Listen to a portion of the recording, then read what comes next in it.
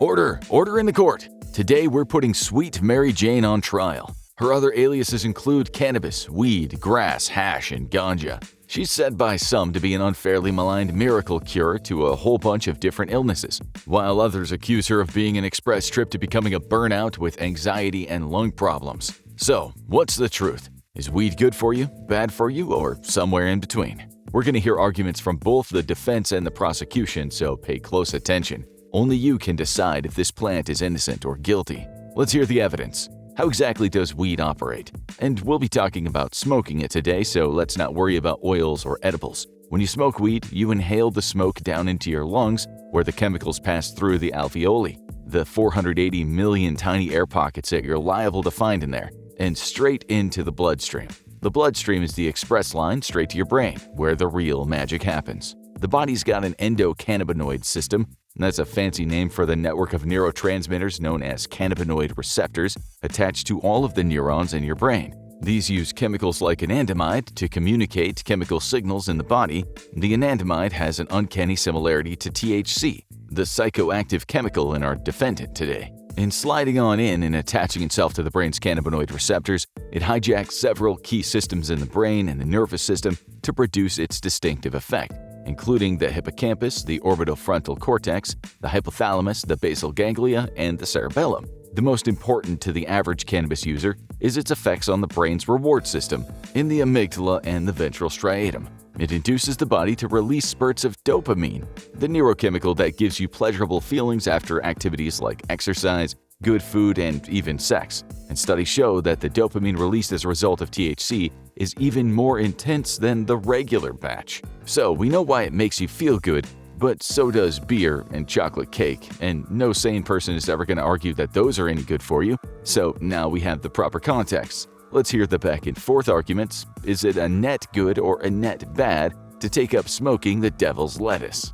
Before we get into the specifics of the body, let's talk about the effects cannabis use can have on your mental health. Starting with the defense. Many weed users will be quick to tell you that their habitual pot smoking helps regulate their mental health, taking the edge off anxiety and mitigating depression. CBD and low doses of THC have been shown to reduce anxiety in some smokers due to its effects on the brain's limbic system. In some cases, it's also been shown to reduce the frequency of panic attacks in people suffering from PTSD. However, the prosecution would have a strong case in saying that this is a double-edged sword. The effects of THC in particular can be vastly different from person to person and in some cases have some seriously detrimental effects on the user's mental health. For some people suffering from bipolar disorder, habitual weed smoking can make their symptoms worse. But don't worry if you don't already have bipolar disorder, there isn't any evidence that smoking weed will give it to you. However, that doesn't mean that chronic weed smoking might not open the door to other mental health struggles. In some users, because of chronic weed use's effects on their neural reward pathways, they might require more significant quantities of dopamine in order to stay at baseline level of emotion, resulting in depressive episodes. These reward pathway issues might also result in feelings of listlessness, low energy, and an inability to feel motivated. And while weed relieves anxiety for some, it has the opposite effect in others, causing edginess, irritability, and paranoia. Because of the psychoactive effects of THC, some brains predisposed to psychotic symptoms may see these exacerbated by habitual cannabis use. If a user is predisposed to developing schizophrenia, then smoking weed might push them in the wrong direction, increasing their risk of psychotic episodes. This is particularly true of people who started smoking weed too young. But what about sleep? Sleep assistance is touted as one of the benefits of marijuana, but does the science stack up? First, the defense. In the short term, weed seems to have this one because it suppresses physical arousal and promotes the creation of the neurological chemical adenosine. Weed can make the user feel pleasantly sleepy, though CBD is by far a more active part of the process than THC. Short-term weed use is believed to allow the user to spend more time in deep sleep, which will leave them feeling more refreshed when they wake up. However, this comes at the cost of spending less time in REM, or rapid eye movement sleep. This is the part of the sleep cycle where the brain processes emotions, encodes your memories, and allows you to dream. This is a huge benefit to people who take weed to alleviate their PTSD symptoms, as this will reduce the time they spend experiencing nightmares and stop their traumatic memories from being cemented too deeply into their minds. Some have even reported that using synthetic cannabis medication has reduced both nightmares and daytime flashbacks.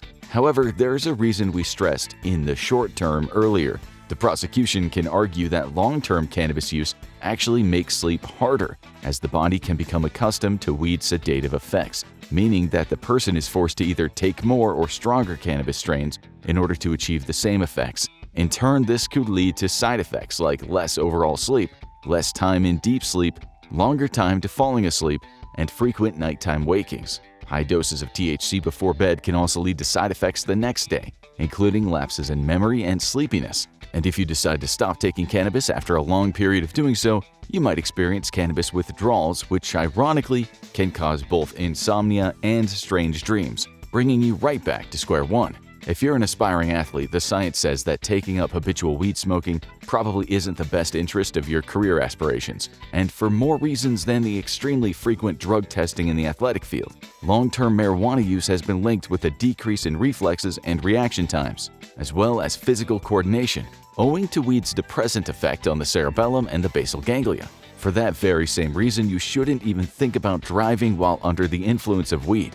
Not only is it illegal, but your impaired judgment and motor control will also make it incredibly dangerous. So that's a strong point in favor of the prosecution. One of the most critical areas for discussion of the benefits versus drawbacks of smoking weed is pain management. A considerable number of medical or even self-medicating cannabis users do so to mitigate chronic pain, and it's often touted as one of the significant benefits of marijuana use. So do these claims hold up to scrutiny? Much like how cannabinoids alter the function of the reward pathways in our brain, they do similar things to the brain's processing of pain. It's why marijuana and CBD have been useful for people self-medicating against the effects of conditions like fibromyalgia, endometriosis, and chronic migraines. And any way you slice it, cannabis is undeniably a less risky form of pain relief than opioids, which pose both a greater risk of overdose and developing addiction. In addition to its effects on chronic pain, weed has often been praised for its anti-inflammatory properties. Studies have found that by targeting A3 glycine receptors, cannabinoids have been effective in treating inflammatory bowel diseases like Crohn's disease, ulcerative colitis, irritable bowel syndrome, and even some severe autoimmune disorders like rheumatoid arthritis. Decreasing inflammation in the body also benefits general health, so there's no complaints here. If you suffer from glaucoma, where vision is lost due to an increase in intraocular pressure on the optic nerve, weed has also been shown to reduce the severity of symptoms, and it's been a cause for medical marijuana usage for quite some time. Studies have shown that smoking weed can also be helpful in mitigating the worst effects of a number of serious diseases. One of the most prominent ones is multiple sclerosis, MS, an autoimmune disease that corrodes the insulating covers of the nerve cells and slowly debilitates the sufferer.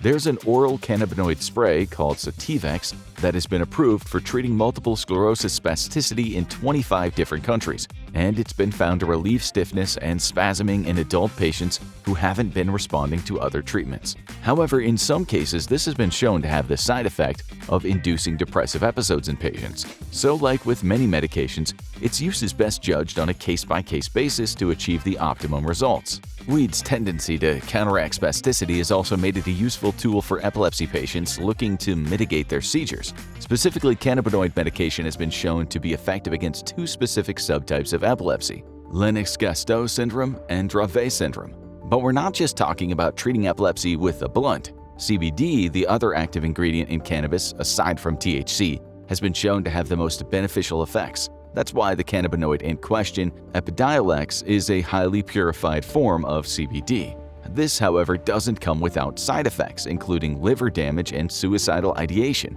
Once again, there are no silver bullet miracle cures here. Something rarely discussed about weed use is its negative effect on cardiovascular health in those who already suffer from heart disease. Because of weed's tendency to raise the heart rate, dilate blood vessels, and make the heart pump harder, which is incidentally why you feel your heart pounding in your chest while undergoing a weed-induced panic attack. Because of these effects on the heart, people with heart issues are likely to experience greater chest pains if they're also habitual cannabis smokers. In some edge cases, there have been links drawn between marijuana use and increased risks of heart attack, especially among those who are already predisposed to heart attacks due to pre-existing conditions. Cannabis use is definitely more problematic among certain high-risk groups, including all the ones we discussed before, and of course, children and pregnant women. For pregnant women, the risk posed is mainly to the healthy development of the fetus. Strains of cannabis with THC can even damage a baby's development from breastfeeding from a habitual user. Pregnant women who are habitual users of high THC marijuana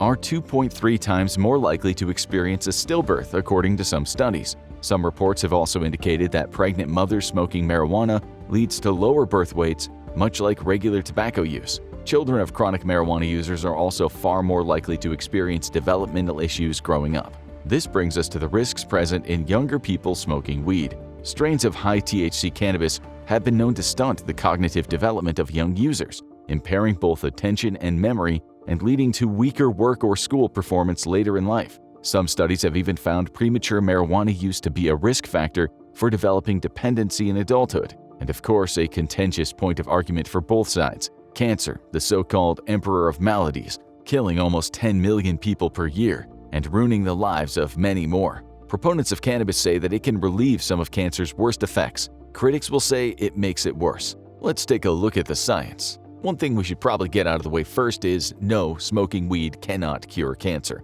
That would be a pretty horrific oversimplification of cancer and weed's effects on it. While nobody should jump to conclusions on the human side of things here, there have been some extremely promising studies involving cannabinoid cancer treatments in animals. Some cannabinoid compounds have even successfully slowed the growth or even killed off cancer cells in petri dish tests. But again, these small successes in animals and lab conditions would still mean applying any of those advancements to humans would be years off if they came through at all. Regardless of any effects weed may or may not have on cancer itself, the science is in on some types of cannabis helping to relieve the worst kinds of chemotherapy side effects. The United States Food and Drug Administration has approved 2 different synthetic cannabinoids, dronabinol and nabilone, to take the edge off of the nausea and vomiting that's often caused by chemotherapy treatment. For some undergoing chemotherapy, there's an even more unpleasant side effect: peripheral neuropathy, a form of nerve damage that affects the nerves outside of the brain and the spinal column.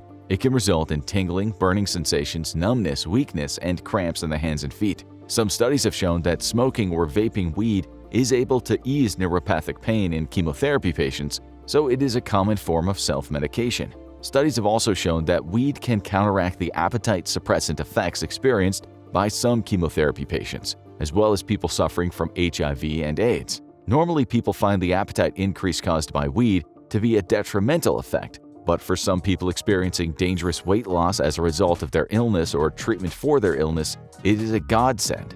The American Cancer Society has urged further research into the relationship between cannabinoids and cancer treatment, seeing as doctors and scientists are always looking to add new potential weapons to their arsenal in the seemingly endless fight against cancer. But we know what the prosecution is thinking. Can weed cause cancer? Of course, smoking weed, while not as dangerous to the lungs as tobacco smoking, is still smoking, and the lungs aren't designed to take in anything other than air. Smoking weed habitually has been shown to increase the risk of bronchitis and even lung cancer. There's even been some pretty limited research that drew a conclusion between chronic weed usage and non-seminoma-type testicular cancer, which is far from overwhelming, but still probably worth taking into account if you're the kind of person who inhales as much weed as oxygen on a daily basis. The evidence is in, and now it's time for you to make your verdict. People of the jury, is weed a blessing, a curse, or something in between? Let us know in the comments. Now check out Can You Overdose on Weed? Or watch this video instead.